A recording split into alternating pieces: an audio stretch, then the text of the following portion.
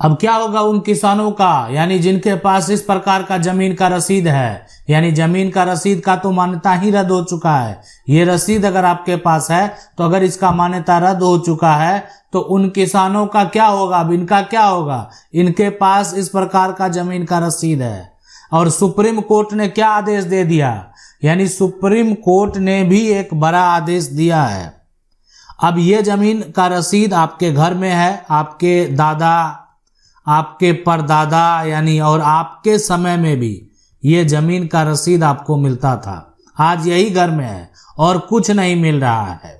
जमीन पर आप खेती करते हैं, है ना, जमीन पर आप मकान बनाकर रह रहे हैं और कागजात को देखें, बस सिर्फ एक कागजात आपको दिखाई दे रहा है, ये जमीन का रसीद, और कोई कागजात ही नहीं है। क्या करेंगे? क्या ये जमीन आपके हाथों से चली जाएगी? ऐसे कैसे जमीन चली जाएगी, ये आप भी कह रहे हैं।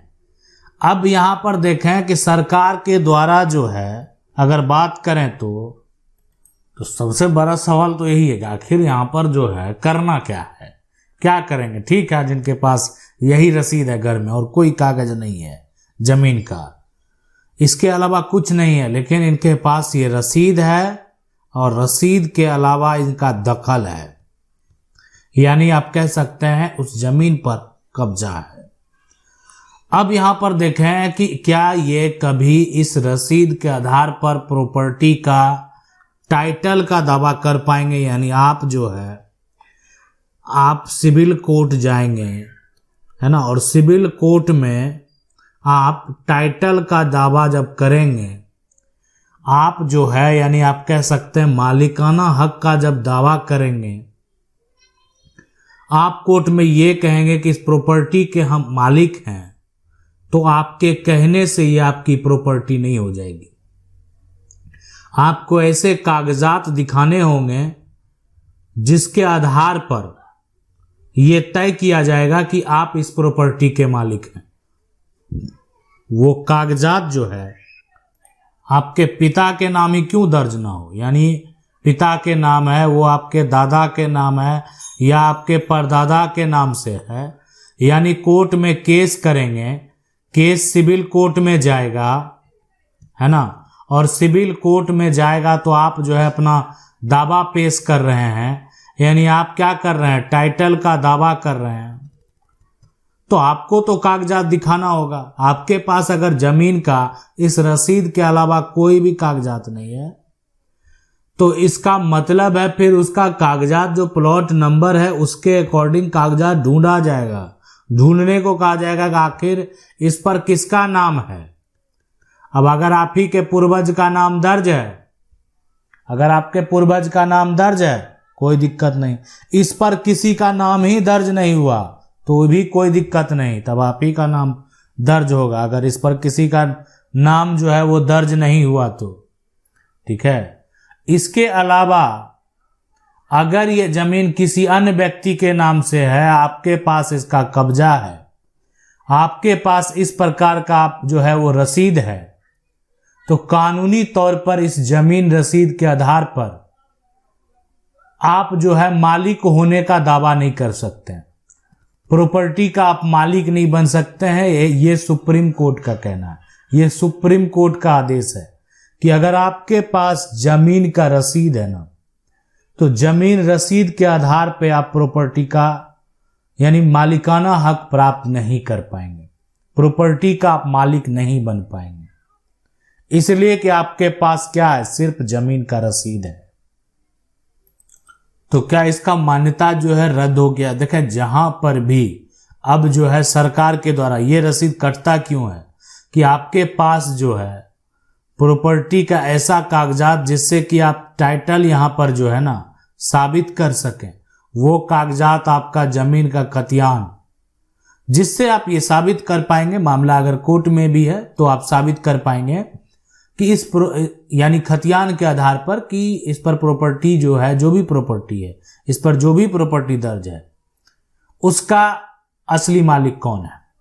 दूसरा, एक तो रजिस्ट्री, अब रजिस्ट्री जिसके नाम से है ना, उसका तो अधिकार होगा, उसके बेटे का अधिकार होगा, उसकी पत्नी का अधिकार होगा, यानी उसका कोई पोता है उसका अधिकार, मतलब जितने भी उत्तराधिकारी परिवार में वंशज हैं उसका अधिकार होगा। इसके बाद हो सकता है वसीयत। वसीयत जिसके नाम से है उसके अलावा, वसीयत जिसके नाम से है उसके बेटे यानी का भी अधिकार होगा, लेकिन वसीयत के आधार पर वही व्यक्ति दावा कर सकता है जिसके नाम से वसीयत बना हुआ। यहां पर चौथा जो बात करने वाले हैं, इसके अलावा भी अन्य कोई दस्तावेज हो सकता है जिससे कि आप ये दावा कर सकते हैं कि आपके पास यानी प्रॉपर्टी का टाइटल है।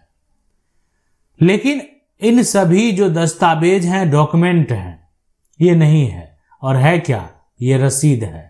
कटता था पहले, अब नहीं कटता है। यानी अब इसलिए कि सारा कुछ ऑनलाइन प्लेटफॉर्म पर आ चुका है, यानी सारा कुछ डिजिटल हो चुका है। ये आप गलत तरीके से कटा लिए थे, अब ये ऑनलाइन हो ही नहीं रहा है। आपने कब्जा भी कर लिया, आपने जमीन पर कब्जा कर लिया और आज आप जमीन का जो है मालिक बने बैठे हैं। आप कहते हैं कि नहीं ये तो हमारी जमीन है, रसीद मेरा कट रहा है, और किसी को भी ये वाला रसीद दिखा देते हैं तो जमीन रसीद का तो मान्यता बस खत्म हो गया, रद्द हो गया। ये जमीन का कोई रसीद जो दिखाएंगे ना, इसके अलावा कोई कागज नहीं दिखाएंगे तो इसका कोई मान्यता नहीं है, ये रद्द हो चुका है। इसलिए कि सारा कुछ अब ऑनलाइन प्लेटफॉर्म पर चढ़ गया है।